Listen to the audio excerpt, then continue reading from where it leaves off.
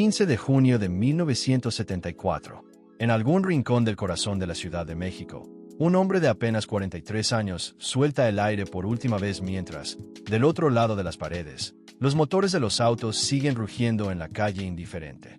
Los fotógrafos montan guardia sobre la acera, encendiendo cigarros, intercambiando rumores, y todavía no comprenden que el espectáculo mexicano está a punto de cambiar para siempre.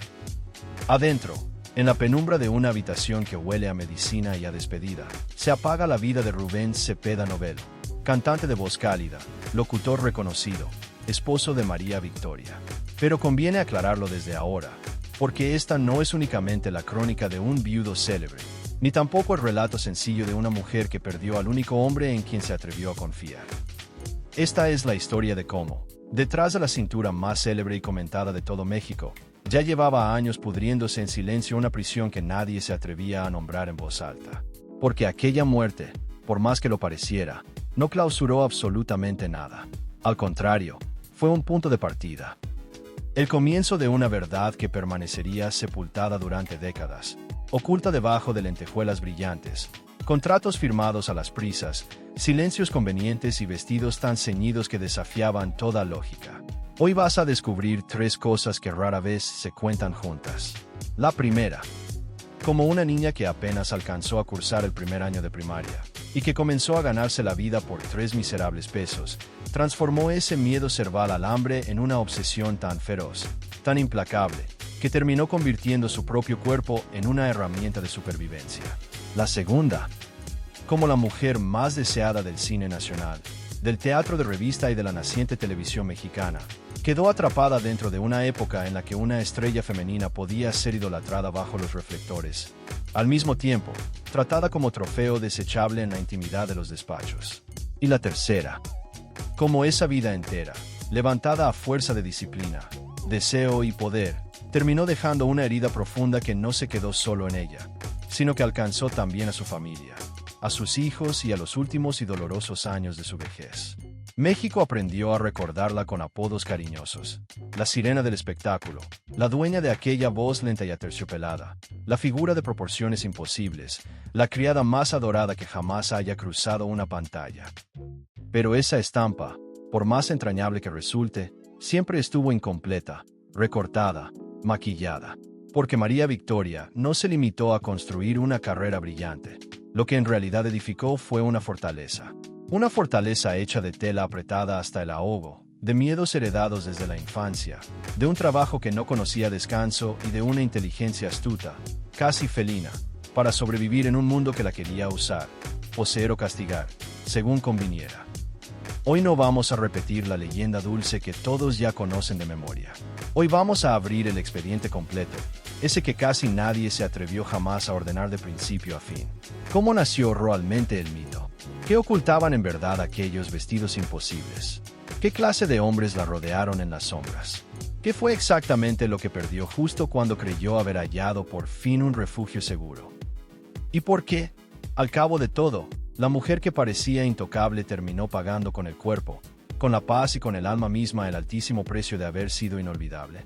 Pero antes de comprender cómo se encendió ese infierno, hay que retroceder hasta el principio de todo, hasta cuando María Victoria todavía no era un símbolo nacional, sino apenas una niña a la que perseguía, paso a paso, el hambre. 26 de febrero de 1923, Guadalajara, Jalisco. Mientras México todavía intentaba reacomodarse a tientas entre las promesas rotas de la postrevolución y las heridas silenciosas de un país que apenas aprendía a sobrevivir con casi nada, vino al mundo una niña a la que nadie, absolutamente nadie, habría señalado jamás como futura leyenda. No nació entre candelabros relucientes, ni en una casa amplia de techos altos, ni mucho menos en una familia resguardada por la comodidad del dinero. Nació, por el contrario, en un hogar donde cada moneda cargaba el peso de una sentencia, donde los centavos se estiraban hasta doler en las manos y donde el día siguiente nunca venía garantizado. Aquella niña se llamaba María Victoria Gutiérrez Cervantes. Mucho antes de convertirse en la mujer más deseada del país, fue solamente una criatura marcada por el más antiguo y universal de todos los miedos: el miedo a no tener que llevarse a la boca. Su padre, Leovigildo Gutiérrez Peña, se ganaba la vida como sastre de ropa para caballero, midiendo telas y cosiendo trajes ajenos. Su madre, Maura Cervantes, sostenía la casa como podían sostenerla miles y miles de mujeres mexicanas de aquella época, con resignación callada, con una fe terca, con un cansancio que no terminaba nunca y con pequeños milagros domésticos que estiraban lo poco que había. María Victoria fue la menor de varios hermanos, y crecer siendo la última en una familia golpeada sin tregua por la necesidad significaba aprender, mucho antes de tiempo, que en este mundo nadie regala nada, que la ternura no llena el estómago cuando la olla está vacía y que la infancia puede llegar a su fin mucho antes de que una niña alcance siquiera a comprender lo que está perdiendo para siempre. La pobreza no fue para ella una etapa pasajera, un mal momento que después se supera y se olvida.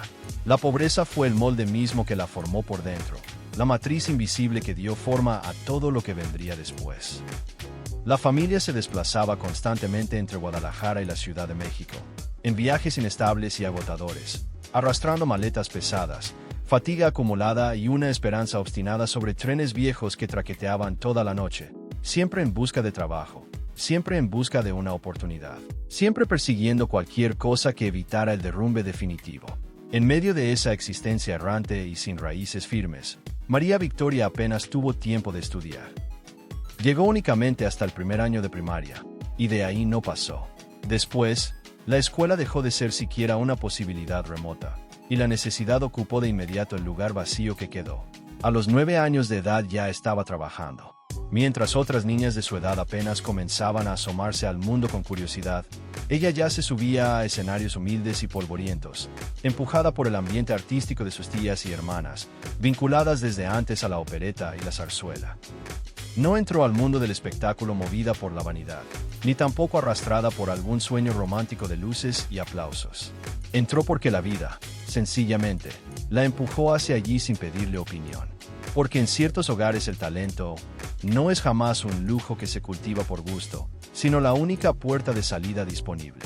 Y por aquel esfuerzo infantil, por aquellas primeras funciones, recibió 3 pesos. Solamente 3. 3 pesos que para mucha gente no representaban absolutamente nada.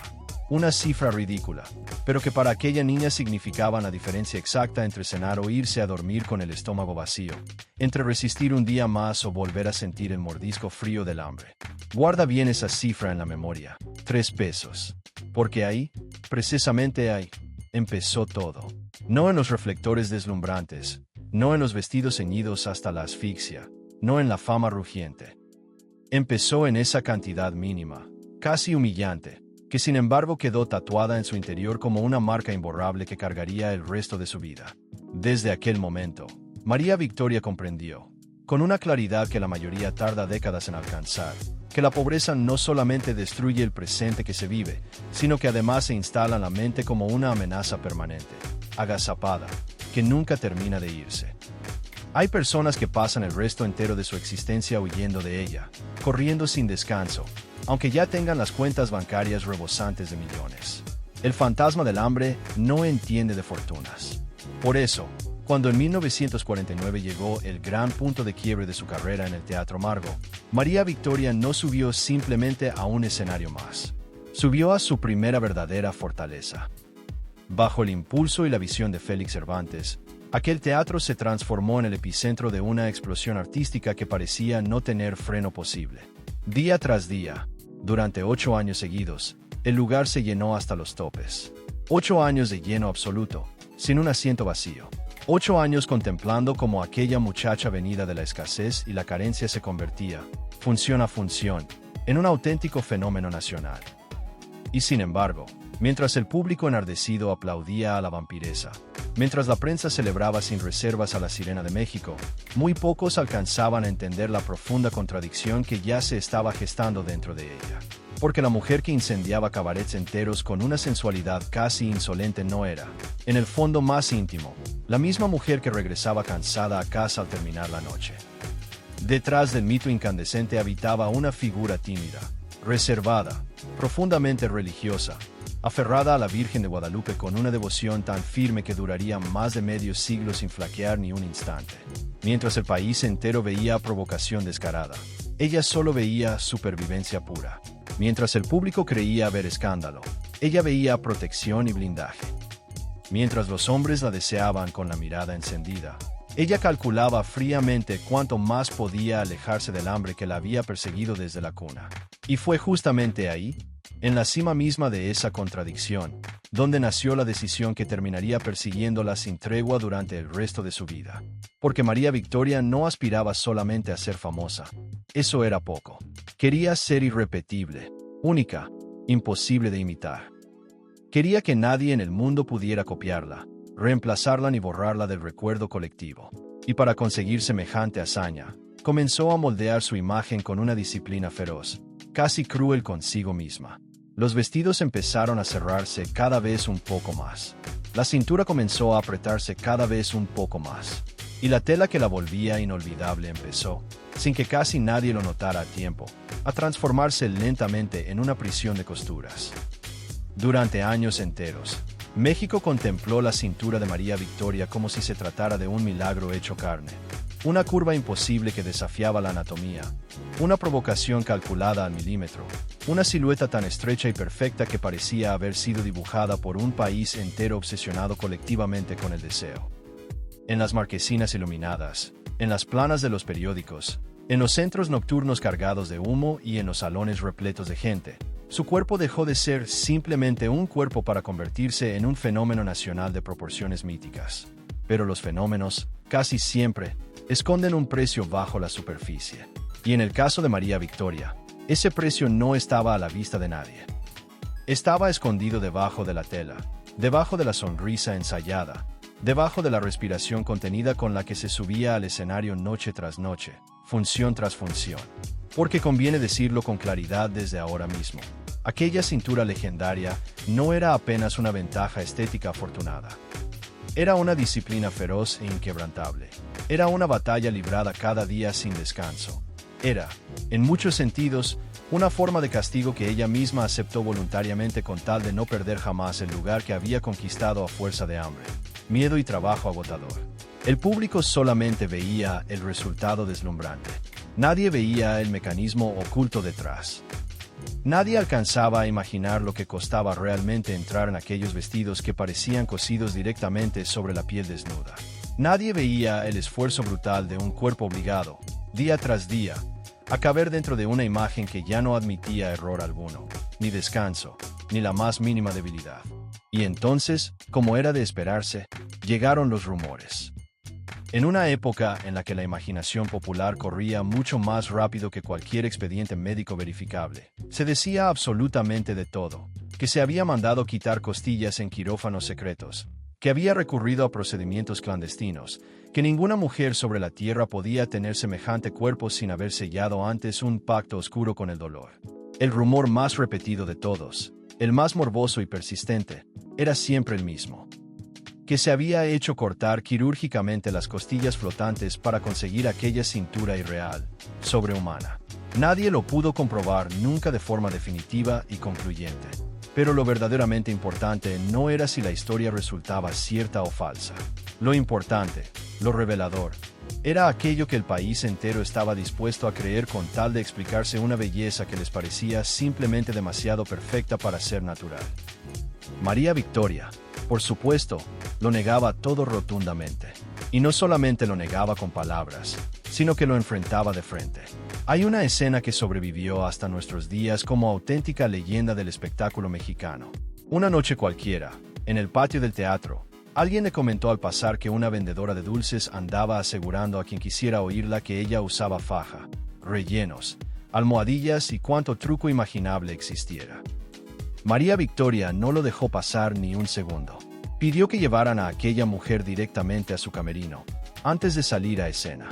Cuando la tuvo enfrente, cara a cara, le pidió con calma que bajara el cierre de su vestido y luego que lo volviera a subir, comprobando con sus propias manos que no había almohadillas escondidas, ni corsé visible, ni trampa alguna disimulada. Aquello fue, sí, una humillación pública para la acusadora. Pero también, sin que nadie lo dijera en voz alta, una confesión involuntaria y escalofriante. Porque si debajo del vestido no había ningún engaño, entonces era el cuerpo mismo, la carne viva, el que estaba soportando toda la violencia. Y ahí es justamente donde la historia deja de ser una anécdota frívola de farándula y se vuelve genuinamente oscura. Porque una cosa es usar ropa entallada por gusto o por moda, y otra muy distinta es vivir durante décadas enteras comprimida dentro de prendas diseñadas deliberadamente para inmovilizar la carne y convertir la anatomía humana en una escultura rígida. El aire entra peor a los pulmones. El pecho ya no se expande con normalidad. La espalda tiene que compensar el esfuerzo. El abdomen se mantiene en tensión permanente. La circulación de la sangre se resiente. Y el cuerpo entero empieza a negociar a regañadientes con la incomodidad hasta que esa incomodidad deja de parecer una excepción molesta y se convierte, simplemente, en rutina diaria. Y lo que el público admira y aplaude como pura elegancia, el organismo lo registra calladamente como una agresión sostenida. Piensa en eso por un momento, con detenimiento. Miles y miles de noches. Décadas completas. Teatros desbordados de gente. Estudios de cine bajo luces ardientes. Cabarets espesos de humo. Entrevistas interminables. Sesiones de fotografías. Fiestas privadas en mansiones. Y en cada uno de esos espacios, sin excepción, la misma obligación silenciosa e implacable. Entrar en el vestido cueste lo que cueste, sostener la figura sin permitir que se afloje, sonreír siempre sin dejar entrever jamás el dolor. Porque la tela que la hizo inolvidable no era solamente vestuario o atuendo. Era un contrato tácito firmado con sangre. Mientras esa cintura imposible siguiera existiendo, María Victoria seguiría siendo María Victoria. Mientras aquella silueta resistiera la prueba del tiempo, el mito permanecería vivo y rugiente. El problema de fondo es que los mitos no sienten dolor alguno. Los cuerpos de carne y hueso, en cambio, sí lo sienten y lo acumulan. Pero el infierno no terminaba en el instante en que ella se quitaba por fin el vestido al final de la jornada. De hecho, muchas veces apenas comenzaba a esa hora. Porque la misma sensualidad que la coronó como reina indiscutible del espectáculo también la convirtió en un blanco visible y codiciado. México quería mujeres radiantes y ardientes en la pantalla, pero sumisas y dóciles en la vida real. Quería estrellas capaces de despertar el deseo más intenso, pero luego se escandalizaba hipócritamente cuando ese mismo deseo se volvía demasiado evidente. Los empresarios le exigían siempre más fuego, más entalle, más provocación en escena. Y al mismo tiempo, los autoproclamados guardianes de la moral pública la señalaban con el dedo como si fuera una amenaza para las buenas costumbres. La deseaban y la despreciaban en el mismo gesto contradictorio. Ese fue, en realidad, su verdadero castigo. No solo tuvo que lastimar su propio cuerpo para sostener al personaje, sino que además tuvo que pagar por ese personaje ante una sociedad entera que la consumía con avidez con una mano mientras la condenaba sin piedad con la otra. María Victoria no fue solamente una estrella refulgente. Fue una mujer obligada a sobrevivir atrapada entre dos máquinas de destrucción funcionando al mismo tiempo. Una industria voraz que explotaba sin descanso su imagen, y una moral pública implacable que la castigaba justamente por esa misma imagen. Y mientras todo aquello ocurría a su alrededor, algo se iba endureciendo lentamente dentro de ella. No solo la disciplina férrea, sino también la desconfianza, y la certeza creciente de que su cuerpo ya no le pertenecía del todo. Y cuando una mujer descubre que su imagen vale más que su propia paz interior, empieza a vivir, sin remedio, en un permanente estado de guerra. En el México que vio nacer el imperio de María Victoria, la belleza no era únicamente un privilegio afortunado, era también, con frecuencia, una condena disfrazada. Sobre todo si esa belleza deslumbrante le pertenecía a una mujer de origen pobre que había aprendido demasiado pronto, en carne propia, cómo funcionaban en realidad los engranajes del hambre, del deseo y de la ambición. Entre los años 50 y los 70, mientras el país le vendía orgullosamente al mundo la postal brillante y dorada de su cine, sus cabarets famosos y sus estrellas rutilantes, por debajo de toda esa superficie reluciente se movía sigilosamente otra maquinaria mucho más turbia. Una en la que el poder político, la policía, los empresarios influyentes, los periodistas obedientes y comprados, y los hombres acostumbrados desde siempre a mandar, confundían deliberadamente la admiración con la posesión. Y en ese territorio pantanoso, una mujer como María Victoria no era contemplada solamente como una artista talentosa. Era vista, lisa y llanamente, como botín de guerra, como pieza a conquistar. Hay que entender bien el clima sofocante de aquella época para dimensionar lo que estaba en juego. México vivía entonces bajo la sombra alargada y omnipresente del PRI, un sistema que no se limitaba a controlar la política institucional, sino que también administraba las lealtades, los silencios convenientes, los favores intercambiados y los castigos ejemplares. En aquel país, los escenarios no estaban del todo separados de los despachos oficiales. Los teatros no quedaban tan lejos como uno creería de los banquetes privados. Los camerinos no estaban tan distantes de las oficinas donde se decidía.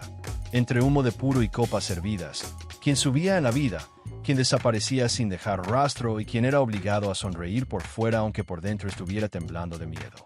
La fama femenina, dentro de ese ecosistema depredador, podía abrir muchas puertas valiosas, sí, pero también podía convertir a una mujer en un trofeo de lujo, en una pieza de exhibición destinada a hombres que necesitaban demostrarle al mundo que absolutamente nada quedaba fuera de su alcance.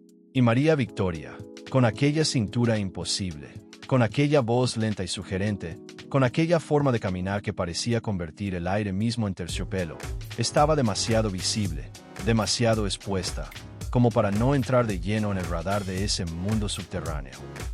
Lo que la prensa amablemente llamaba glamour. Muchos hombres con poder lo interpretaban directamente como disponibilidad. Lo que el público aplaudía inocentemente como encanto, ellos lo traducían fríamente en derecho propio. Porque así funcionaba aquella lógica enferma y retorcida. Si una mujer era admirada y deseada por todos, entonces algunos creían tener la obligación de apropiársela para confirmar ante los demás su dominio absoluto. No importaba en lo más mínimo si ella sonreía por simple cortesía, por disciplina profesional o por pura supervivencia. En aquel universo cerrado, la voluntad de una mujer valía siempre mucho menos que el capricho pasajero de un hombre bien conectado. Por eso su historia personal empezó a rozarse, una y otra vez, con hombres oscuros y peligrosos, figuras que encarnaban la parte más putrefacta y descompuesta del poder mexicano. Entre todos esos nombres, uno emergía como una sombra especialmente inquietante y amenazante: Arturo Durazo Moreno, el mismo hombre que años más tarde sería señalado públicamente como el símbolo mismo del exceso, la corrupción desbordada y la violencia de un sistema policial podrido hasta la médula de los huesos. Uno de esos personajes que no necesitaban siquiera levantar la voz para sembrar el miedo a su alrededor. Bastaba el solo peso de su nombre pronunciado, la tupida red de favores que lo rodeaba como una telaraña, la certeza compartida de que una negativa mal calculada podía costar una carrera entera, una familia completa o algo todavía mucho peor. Nadie puede afirmar a la ligera todo lo que realmente ocurrió en aquellos pasillos en penumbra donde se cruzaban a diario artistas, políticos y mandos de seguridad. Pero lo que sí sobrevive intacto entre los testimonios dispersos, los recuerdos de viejos periodistas del espectáculo y los murmullos que aún flotan de aquella época, es una sensación constante y persistente. María Victoria no se movía por un jardín apacible, se movía por un campo minado. Cada invitación privada podía esconder una trampa mortal. Cada elogio florido podía ser, en realidad, una advertencia disfrazada de cortesía. Cada cena elegante podía transformarse de un momento a otro en una prueba de obediencia. Y cuando una mujer sabe perfectamente que no está sentándose a la mesa en calidad de invitada, sino de adorno decorativo, empieza inevitablemente a desarrollar una inteligencia distinta, más fría, más rápida, más calculadora y desconfiada. Y ahí es precisamente donde aparece una de las versiones más fascinantes y al mismo tiempo más inquietantes sobre la manera en que ella logró sobrevivir a todo aquello. Durante años circularon insistentemente historias sobre una especie de alianza silenciosa y secreta entre las grandes mujeres del espectáculo de la época. No brujas en el sentido folclórico y supersticioso del término, sino brujas en el sentido que más aterraba a los hombres poderosos. Mujeres que escuchaban con atención, que recordaban cada detalle, que archivaban información en su memoria, que observaban sin perder nada. Mujeres que habían comprendido, antes que nadie, que en un mundo gobernado por depredadores la memoria afilada podía resultar mucho más útil y poderosa que la inocencia desarmada. María Victoria habría sido, según esas versiones, una de esas figuras capaces de guardar secretos comprometedores, de detectar trampas a tiempo y de devolver el golpe con precisión quirúrgica antes de quedar acorralada. Se decía que cuando algún periodista venal o algún operador del poder preparaba una nota para ensuciar su nombre, presionarla o disciplinarla a la fuerza, ella no reaccionaba jamás con escándalo ni con gritos. Reaccionaba, por el contrario, con una calma mucho más peligrosa y temible. Llamaba por teléfono, advertía con voz suave, recordaba ciertos detalles incómodos que el otro habría preferido 1000 veces ver enterrados para siempre. Y de pronto, como por arte de magia, el artículo se esfumaba sin dejar rastro. El ataque planeado se desinflaba solo. El silencio volvía a cubrirlo todo como un manto. Tal vez por eso mismo tantos la admiraban con sinceridad y tantos otros le tenían un miedo soterrado. Porque detrás de la diva resplandeciente no había únicamente una mujer hermosa. Había una sobreviviente curtida que había entendido, en carne propia, que la ingenuidad no sirve absolutamente de nada cuando uno está rodeado de lobos hambrientos. Pero ninguna fortaleza, por sólida que parezca, se levanta gratis ni se mantiene sin costo. Vivir de esa manera, calculando milimétricamente cada palabra pronunciada, cada cercanía permitida, cada sonrisa concedida y cada riesgo asumido, termina inevitablemente por desgastar el alma desde dentro. La mujer que sobre el escenario lucía segura, dominante, casi inalcanzable, fuera del debía medir distancias con una precisión agotadora y extenuante. Su cuerpo ya era de por sí una prisión de tela apretada. Ahora, además, su propia fama se estaba convirtiendo poco a poco en una muralla infranqueable. Y las murallas protegen, es verdad, pero también aíslan y encierran. María Victoria podía defenderse con astucia del poder y de sus tentáculos. Lo que no podía, lo que le resultaba imposible, era descansar de él alguna vez. Por eso, cuando finalmente encontró a un hombre en quien creyó vislumbrar un verdadero refugio, no se aferró simplemente a un romance pasajero. Se aferró a la posibilidad concreta de dejar de pelear, aunque fuera por un solo momento de respiro. Y precisamente allí, en esa frágil ilusión de paz, la vida estaba preparando, agazapada, el golpe más cruel de todos los que le tenía reservados. Durante años y años, María Victoria aprendió a caminar por la vida como si nada en el mundo pudiera herirla de verdad. Aprendió a sonreír mientras la tela le apretaba el pecho hasta el límite del ahogo, a cantar mientras los hombres la devoraban con la mirada como si fuera un premio a reclamar, a moverse con soltura entre empresarios, periodistas y políticos sin dejar entrever jamás el cansancio profundo que se le iba acumulando silenciosamente en el alma. Pero incluso las mujeres más blindadas y acorazadas terminan, tarde o temprano, buscando un sitio donde poder bajar la guardia y respirar. Y para ella, ese sitio tan anhelado tuvo finalmente un nombre y un rostro: Rubén Cepeda Novelo. Rubén no era un desconocido cualquiera que apareció de pronto atraído por el resplandor del mito. Era un hombre del medio, alguien que conocía de cerca el peso aplastante de la fama, el rugido ensordecedor de los aplausos y la soledad punzante que a veces aguarda agazapada detrás del telón cuando éste finalmente cae.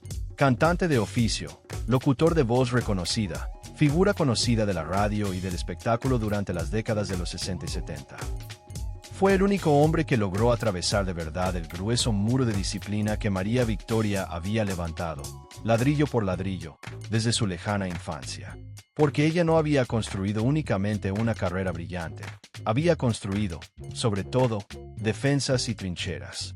Y sin embargo, contra todo pronóstico, con él esas defensas se abrieron por primera vez de verdad, sin reservas. Junto a Rubén, la mujer que el país entero contemplaba como la tentación encarnada empezó a parecerse mucho más a aquella muchacha asustada que nunca, en el fondo, había dejado del todo de tener miedo. En aquel matrimonio no encontró una historia de amor perfecta ni de cuento de hadas, pero sí halló algo que para ella se parecía muchísimo a la paz tan buscada. Un hogar de verdad, una rutina cotidiana, una mesa familiar donde, al menos por un momento, no era la sirena de México ni la vampiresa ardiente de los escenarios, sino simplemente una esposa y una madre intentando sostener algo limpio y puro en medio de un mundo sucio y depredador. De aquella unión nacieron sus hijos. Y durante un tiempo precioso María Victoria se permitió creer, por fin, que el amor podía lograr aquello que la fama nunca había conseguido darle: descanso verdadero. Pero incluso dentro de ese refugio largamente esperado había una grieta latente. La grieta de siempre, la de toda la vida: el dinero. No porque faltara, que no faltaba, sino porque en la mente atormentada de María Victoria nunca alcanzaba del todo, nunca era suficiente. La niña que alguna vez había trabajado por 3 pesos seguía viva y despierta dentro de la estrella que ahora llenaba teatros enteros. Seguía susurrándole al oído por las noches que nada era bastante, que un contrato menos podía ser el primer paso del derrumbe total, que dejar de trabajar era la forma más rápida y segura de regresar de golpe a la miseria de antaño. Por eso aceptaba sin descanso presentaciones, películas, compromisos de toda clase, giras agotadoras, eventos. Por eso, sencillamente, no se detenía jamás. Rubén lo veía con claridad y lo sufría en silencio. Y según los recuerdos que lograron sobrevivir al paso del tiempo, llegó incluso a preguntarle con genuina desesperación hasta cuándo pensaba seguir trabajando de esa manera, como si el mundo fuera a acabarse mañana mismo. No era, en absoluto, una pregunta nacida del capricho o del egoísmo. Era la pregunta angustiada de un hombre que estaba viendo, impotente, como la mujer que amaba se consumía poco a poco, lentamente, dentro del personaje que la había hecho famosa. Rubén entendía con dolorosa claridad aquello que ella jamás pudo admitir, que existe una diferencia abismal entre trabajar para poder vivir y vivir solamente para no dejar nunca de trabajar. Pero María Victoria no sabía, sencillamente no podía, bajar la velocidad. No después de todo lo que había padecido en su infancia, no después de haber aprendido en carne propia que el hambre siempre acecha pacientemente, esperando el menor descuido. Y entonces llegó, sin aviso ni piedad, el golpe que partió su vida limpiamente en 2 mitades. 15 de junio de 1974, Ciudad de México. Rubén Cepeda Novelo muere de manera repentina, fulminante, a los 43 años de edad. Tenía la edad exacta en la que tantos hombres apenas están empezando a comprender de verdad el sentido de su vida. Pero la suya se terminó ahí, de golpe seco, dejando atrás a una viuda todavía joven, 3 hijos por criar y una casa entera atravesada de pronto por un silencio insoportable. Hay muertes que no se llevan solamente a una persona, se llevan consigo, además, una época completa. Y la muerte de Rubén se llevó para siempre la última versión inocente que quedaba de María Victoria. A partir de aquel día funesto, algo se cerró definitivamente, con cerrojo, dentro de ella. El funeral no solo despidió a su esposo bajo tierra, también enterró junto a él su capacidad de volver a confiar plenamente en alguien. La mujer que había sido deseada por medio país decidió, en silencio, no volver a entregar nunca más el corazón. No por orgullo herido, ni por frialdad calculada, ni por cálculo interesado. Lo hizo porque comprendió, con lucidez devastadora, que el único refugio real y verdadero que había llegado a conocer en toda su vida acababa de venirse abajo, hecho escombros. Y cuando una mujer ha vivido rodeada toda su existencia de depredadores al acecho, perder al único hombre que le ofrecía descanso genuino no se parece simplemente a la tristeza, se parece al desamparo más absoluto. Desde aquel momento, su vida íntima quedó reducida a ruinas silenciosas. La fe religiosa se le volvió aún más fuerte y arraigada. El trabajo se le volvió todavía más feroz e implacable. La disciplina se le volvió casi una religión en sí misma. María Victoria transformó el duelo en pura productividad, el vacío doloroso en contratos firmados, la ausencia insoportable en rutina mecánica. Siguió adelante, sí, como había hecho siempre, pero aquello ya no era avanzar hacia ningún lado, era resistir a secas. Cada aplauso recibido después de 1974 tuvo, para ella, un eco distinto y amargo. Ya no sonaba a triunfo merecido, sonaba a obligación pesada. Y mientras el país entero seguía contemplando a una mujer firme, elegante, intacta en apariencia, dentro de las paredes de su casa empezaba ya a crecer otra tragedia distinta. Una más lenta, más callada, y quizás todavía más cruel que las anteriores. Porque el dolor que no se llora a tiempo termina, sin remedio, filtrándose en todo lo que toca. Incluso en los hijos, incluso en la sangre, incluso en la generación siguiente. El dolor no siempre se hereda en forma de pobreza material. A veces se hereda en forma de silencio espeso. A veces entra a una casa vestido elegantemente de lujo, de apellido famoso, de puertas abiertas de par en par, de privilegios que vistos desde afuera parecerían más que suficientes para proteger a cualquier persona. Y aún así, contra toda lógica, destruye desde dentro. Porque eso fue exactamente lo que ocurrió en la vida íntima y privada de María Victoria. Después de 1974, ella ya había vencido en buena lid al hambre, Había escapado para siempre de la humillación de su infancia. Había convertido aquellos 3 pesos iniciales en una fortuna considerable. Había transformado los escenarios en un reino propio y los vestidos en una armadura protectora. Pero hay victorias tan terriblemente costosas que terminan dejando a los hijos pagando, sin culpa alguna, una deuda que nunca contrajeron. Y la suya fue, sin duda, una de esas victorias amargas. Tras la muerte repentina de Rubén Cepeda Novelo, la casa no quedó sumida en silencio únicamente por la ausencia física de un hombre. Quedó herida de muerte. María Victoria siguió adelante de la única manera que sabía hacerlo. Trabajando aún más, aceptando todavía más compromisos, llenando teatros, grabando sin parar, sosteniendo a pulso una imagen pública que ya no era solamente un personaje artístico, sino que se había transformado en una verdadera obligación moral. Había hijos que sacar adelante a toda costa, una reputación que defender contra viento y marea, y una promesa íntima que no estaba dispuesta a romper por nada del mundo. No volver jamás a depender de nadie, no volver a caerse nunca, no volver a sentir aquel terror helado de quedarse sin absolutamente nada. El problema de fondo es que esa promesa tan firme la volvió todavía más dura y exigente consigo misma, sin que ella lo buscara ni lo quisiera, más lejana y distante para los suyos. Sus hijos crecieron rodeados de aplausos, camerinos atestados, maquillistas yendo y viniendo, luces deslumbrantes, fotógrafos disparando flashes y productores corriendo nerviosamente de un lado a otro. Vistos desde afuera, cualquiera habría jurado que eran niños privilegiados y afortunados.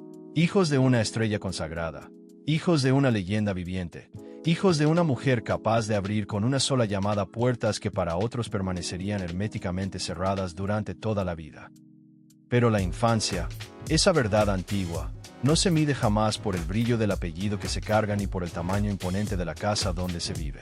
Se mide únicamente por la paz que se respira en ella. Y en aquella familia, la paz empezó a escasear demasiado pronto, demasiado temprano. Mientras María Victoria seguía luchando sin descanso con la única herramienta que verdaderamente conocía y dominaba, el trabajo incesante, sus hijos fueron creciendo a tropezones, entre fragmentos sueltos. Un poco de hogar aquí, un poco de foro de televisión allá, un poco de teatro, un poco de madre presente, mucho ruido y agitación alrededor, y demasiado poco tiempo real y verdadero en el centro de todo. Ella les dio, sin duda, comodidad material, seguridad económica y un apellido respetado y conocido. Pero no siempre pudo darles aquello que los niños reclaman en silencio, sin palabras, cuando creen que nadie los está mirando. Presencia constante, rutina predecible, la certeza íntima y reconfortante de saber que mamá está realmente ahí, con ellos, y no con la mente puesta en el siguiente contrato por firmar, en el siguiente vestido por ceñir, en el siguiente golpe que la vida podría asestarle si llegaba a descuidarse un solo instante. Y fue entonces cuando el vacío cambió de forma y de naturaleza, porque María Victoria había cargado toda su vida con el vacío punzante de la pobreza. Sus hijos, en cambio, tuvieron que cargar desde pequeños con otro vacío distinto, mucho más difícil de nombrar y de explicar, el vacío de crecer a la sombra de una figura inmensa y abrumadora, el vacío agónico de intentar existir al lado de una mujer que ya no pertenecía del todo a su propia casa, sino al imaginario colectivo de un país entero. Ser hijo de una leyenda puede parecer, contemplado desde afuera, una bendición envidiable. Pero vivido desde adentro, muchas veces se parece más a una desaparición lenta y silenciosa. Todo el mundo sabe perfectamente quién es tu madre, pero nadie se detiene jamás a preguntarte quién eres tú. Ese peso aplastante cayó de manera especialmente cruel y despiadada sobre Alejandro. Según versiones que circularon insistentemente durante años, y comentarios dispersos que se filtraron entre los rumores del medio y las frases dichas siempre a medias, la desorientación profunda no tardó demasiado en convertirse en un problema serio. No ocurrió de un día para otro. Claro, nunca ocurre así de golpe. Primero llega la sensación corrosiva de no encajar en ninguna parte, después el impulso ciego de romper algo, aunque ese algo sea uno mismo. Luego viene la necesidad desesperada de llenar ese hueco interior con cualquier cosa que esté a la mano. Malas decisiones encadenadas, compañías peligrosas, escándalos sonados, sombras legales que se alargan. Un camino cada vez más cuesta arriba, cada vez más difícil de enderezar. Alejandro no estaba simplemente viviendo bajo el peso de un hombre célebre. Estaba tratando de respirar. con esfuerzo, debajo de una montaña entera. Y María Victoria, que había sido capaz de enfrentarse cara a cara al hambre, a la censura moralista, a los hombres poderosos y a la viudez devastadora, descubrió de pronto que existía una batalla para la cual no estaba en absoluto preparada, la de ver hundirse a un hijo sin saber del todo cómo rescatarlo de las aguas. Porque una madre puede mover influencias, pedir favores, llamar a la persona correcta en el momento justo, cerrar una puerta a tiempo antes de que el escándalo estalle en la prensa. Pero no puede, por más que lo intente, meterse dentro del alma atormentada de un hijo y arrancarle el dolor con las manos desnudas. Con el paso de los años comenzaron a filtrarse alusiones inquietantes, comentarios sueltos del medio, referencias veladas a problemas serios, situaciones complicadas en las que María Victoria habría tenido que recurrir a sus contactos y a su peso específico para evitar que el derrumbe fuera todavía mayor. Ese fue, sin duda, el lado más cruel y desgarrador de toda su historia. La mujer que había aprendido con tanto esfuerzo a defenderse del poder y de sus abusos, ahora se veía obligada a usar ese mismo poder para intentar salvar desesperadamente aquello que más amaba en el mundo. Y así, dolorosamente, se cerró el círculo más amargo de todos. La niña que trabajó por 3 pesos para salvarse del hambre construyó una vida entera, ladrillo por ladrillo, para que sus hijos jamás conocieran aquella miseria. Lo consiguió, es verdad. Pero no pudo impedir, por más que lo intentó, que conocieran otra clase de miseria distinta, la de crecer alrededor de una madre convertida en monumento de bronce. Esa fue la verdadera maldición que pesó sobre ellos. No que la fama destruyera a María Victoria misma, sino que poco a poco fuera desgastando y corroyendo también todo aquello que ella tanto quería proteger. El cuerpo humano nunca olvida nada, jamás. Puede callar durante años enteros, guardar silencio. Puede disfrazar hábilmente el dolor con maquillaje, con luces favorecedoras, con aplausos atronadores, con fotografías cuidadosamente seleccionadas y retocadas. Puede incluso engañar al público entero, hacerle creer que todo sigue intacto y en su lugar, que la leyenda permanece invencible e inmortal, que la mujer que un día incendió escenarios y detuvo el tic-tac de los relojes con una sola mirada sigue siendo exactamente la misma de siempre. Pero llega, inexorablemente, un momento en que la carne deja de obedecer las órdenes del mito. Y para María Victoria, ese momento temido no llegó de golpe, de un solo zarpazo. Llegó lentamente, sigilosamente, como llegan siempre las tragedias más crueles y refinadas, sin fanfarrias que la anuncien, sin música de fondo, sin aviso previo que permita prepararse. Durante décadas enteras, su cuerpo había sido tratado como una obra de ingeniería imposible y desafiante. La cintura apretada hasta el límite, el pecho contenido, la respiración disciplinada y medida, la postura siempre firme e impecable, el vestido siempre exacto y ajustado, el personaje siempre por encima de cualquier agotamiento humano. Y aunque el país entero veía glamour y elegancia, lo que en realidad se iba acumulando calladamente, capa sobre capa, era puro desgaste. Años y años de tensión física sostenida, años de presión constante sobre los órganos, años de vivir encerrada dentro de una silueta que ya no admitía la más mínima debilidad. El precio altísimo de aquella perfección no se presentó a cobrar en una sola noche. Se fue escribiendo poco a poco, letra a letra, como una deuda silenciosa que tarde o temprano, inevitablemente, tendría que saldarse por completo. Hacia los últimos años de su vejez, esa factura postergada empezó a llegar con toda su brutalidad acumulada. El movimiento se volvió incierto y vacilante. El equilibrio dejó de ser una certeza confiable. Los dolores comenzaron a instalarse, no ya como episodios pasajeros que van y vienen, sino como compañía permanente e ineludible. Y entonces, a finales del año 2021, ocurrió el golpe que terminó por quebrar definitivamente lo que aún quedaba en pie de aquella antigua fortaleza. Una caída en casa. Una caída que para cualquier persona de edad avanzada ya habría sido de por sí grave y preocupante, pero que en ella actuó como una explosión tardía y demoledora, como si el cuerpo entero hubiera estado esperando pacientemente ese impacto preciso para rendirse de una vez por completo. Después vino todo aquello que casi nunca se cuenta con la seriedad que verdaderamente merece. La cama de hospital, la inmovilidad forzada, las semanas convertidas en interminables corredores blancos y asépticos, en tratamientos dolorosos, en recuperación incierta y dudosa, en un miedo constante y royente a que cualquier complicación inesperada se llevara consigo lo poco que aún quedaba en pie. Para una mujer que había sido durante toda su vida el símbolo mismo del movimiento, de la cadencia, del dominio absoluto del escenario, tener que depender de otros incluso para algo tan básico como incorporarse de la cama era algo mucho más profundo que una simple limitación física. Era una humillación íntima y desgarradora, una de esas derrotas calladas que nadie ve nunca reflejada en una pantalla, pero que destruyen lentamente por dentro. Y como si todo eso no bastara, el vértigo empezó a robarle lo más elemental y básico de todo, la relación con el espacio que la rodeaba, la confianza en la firmeza del piso bajo sus pies, la seguridad reconfortante de saber que el mundo seguiría quieto y estable bajo sus plantas. Y cuando una mujer pierde eso, pierde también una parte invisible pero fundamental de su dignidad cotidiana. Ya no se trata únicamente de poder caminar o no. Se trata de dejar de sentirse, por primera vez, dueña de su propio cuerpo, de descubrir con horror que la verdadera prisión ya no son los vestidos ceñidos, sino los propios huesos, la edad implacable, el mareo constante, la debilidad creciente, el tiempo que se agota.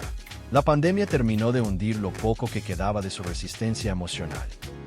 Encerrada entre cuatro paredes, lejos del bullicio reconfortante de la familia, separada a la fuerza de los abrazos, de la mesa compartida, de aquellos domingos que alguna vez pudieron parecer rutinarios y normales. Fue entonces cuando el dolor dejó de ser solamente físico para transformarse en otra cosa. Se volvió tristeza pura y destilada, una tristeza tan espesa y densa que parecía enfermar el aire mismo que se respiraba en la habitación.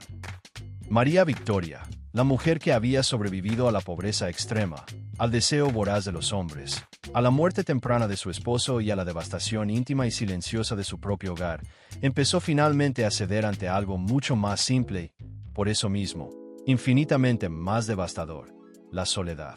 Y la imagen final de aquella larga caída resultó sencillamente insoportable de contemplar.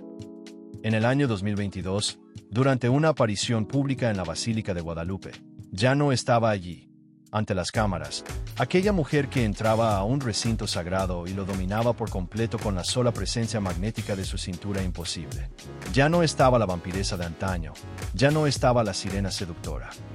Lo que el público conmovido vio fue, sencillamente, a una anciana en silla de ruedas, reducida, frágil, casi desvanecida dentro de sí misma, como si la vida misma hubiese ido apagando lentamente una lámpara, mecha a mecha, hasta dejar apenas un último y tenue resplandor titilante. Ese fue, en verdad, el final auténtico de toda una era.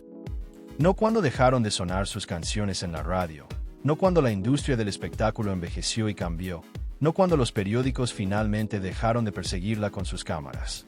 El final verdadero llegó cuando el cuerpo que había sostenido en alto el mito durante tantísimos años ya no pudo seguir cargándolo sobre sus hombros. Y entonces quedó a la vista de todos la verdad más cruel y descarnada de todas.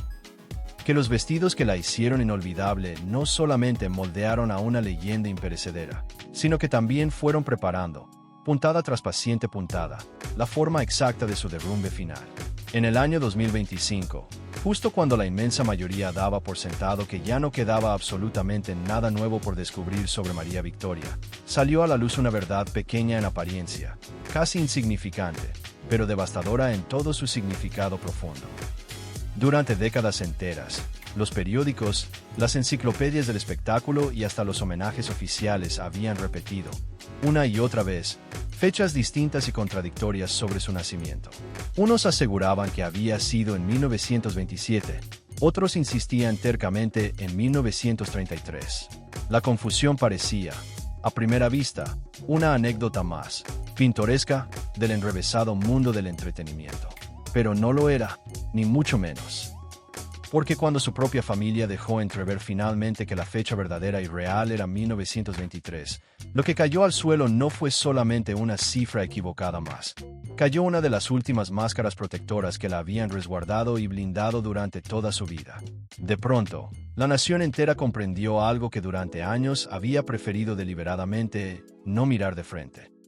Aquella mujer diminuta, frágil, silenciosa, sentada en una silla de ruedas, no era solamente una vieja gloria desvanecida del cine y la canción. Era, en realidad, una sobreviviente de más de un siglo entero de historia. Una mujer que había cruzado, de punta a punta, guerras mundiales, cambios bruscos de régimen, edades de oro irrepetibles, imperios televisivos enteros, caídas íntimas, viudez prolongada, escándalos sonados, dolores físicos lacerantes, decepciones familiares amargas y humillaciones que casi nadie quiso nunca nombrar en voz alta y clara. Había vivido lo suficiente, lo bastante, como para ver desaparecer, uno por uno, a muchos de los hombres que alguna vez la desearon, a varios de los poderes que la rodearon y la cercaron, y a casi toda la época completa que en su momento la convirtió en mito viviente. Y entonces, de golpe, todo adquiere de pronto otra dimensión, otra estatura. Ya no estamos hablando solamente de una estrella del espectáculo. Estamos hablando de una mujer que pasó más de 100 años enteros sosteniéndose a sí misma como pudo, a pulso, sin red debajo.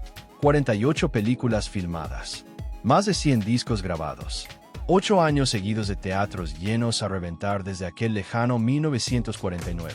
Más de medio siglo completo de viudez ininterrumpida después de aquel 15 de junio de 1974. Miles y miles de noches respirando con dificultad dentro de vestidos que parecían diseñados expresamente para inmortalizarla y que, con el paso implacable del tiempo, terminaron pareciéndose mucho más a una condena que a un privilegio. Décadas enteras protegiéndose, día tras día, de un país que la adoraba y la juzgaba severamente al mismo tiempo, con el mismo aliento. Décadas enteras tratando, sin descanso, de ganar dinero suficiente para no tener que regresar nunca jamás a aquella infancia donde 3 miserables pesos podían decidir si esa noche había cena sobre la mesa o no la había. Ese fue, en el fondo, el verdadero centro de su tragedia silenciosa. María Victoria no mintió sobre su edad solamente por vanidad superficial. Mintió, o más bien permitió que mintieran por ella, porque entendía mucho mejor que nadie en el mundo la crueldad despiadada del espectáculo con las mujeres que tienen la osadía de envejecer. Una actriz joven y lozana puede vender deseo a manos llenas. Una diva ya madura debe pelear con uñas y dientes para seguir siendo considerada útil. Y una anciana, en ese mundo implacable, corre el riesgo cierto de volverse simplemente invisible, transparente. Quitarle años a su biografía oficial no fue, por tanto, solamente un gesto de orgullo femenino. Fue otra forma más de defensa, otra puntada idéntica más en el mismo vestido apretado con el que había intentado protegerse y blindarse durante toda su existencia. Pero hay algo todavía más cruel y amargo escondido en el fondo de esta historia. Todo aquello por lo que luchó con tanto empeño durante tantos años no pudo, al final, comprar lo único que de verdad necesitaba y anhelaba. El dinero acumulado no le devolvió jamás a Rubén de entre los muertos. La fama deslumbrante no le salvó el cuerpo del deterioro. La belleza legendaria no le concedió nunca la paz interior. El poder que llegó a tener no le garantizó una casa libre de heridas profundas. Y el trabajo, ese Dios exigente al que le entregó en ofrenda la infancia, la juventud y hasta el duelo por su esposo, tampoco logró finalmente impedir que la soledad le cayera encima en sus últimos años como una lluvia fría, lenta y persistente que cala hasta los huesos. Sin embargo, hay una victoria, una sola, que absolutamente nadie le pudo arrebatar jamás. Siguió viva más tiempo que sus críticos más feroces, más que sus censores moralistas, más que muchos de los hombres que alguna vez creyeron, en su soberbia, poder usarla, exhibirla o domesticarla a su antojo. Vivió lo suficiente como para convertir su mera y terca existencia en una forma silenciosa de resistencia.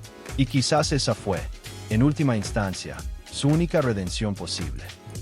No la redención dulce y luminosa del cuento de hadas, no la de una felicidad tardía que todo lo compensa, sino la redención dura, callada, casi feroz, de quien soporta sobre sus hombros mucho más de lo que parecía humanamente soportable.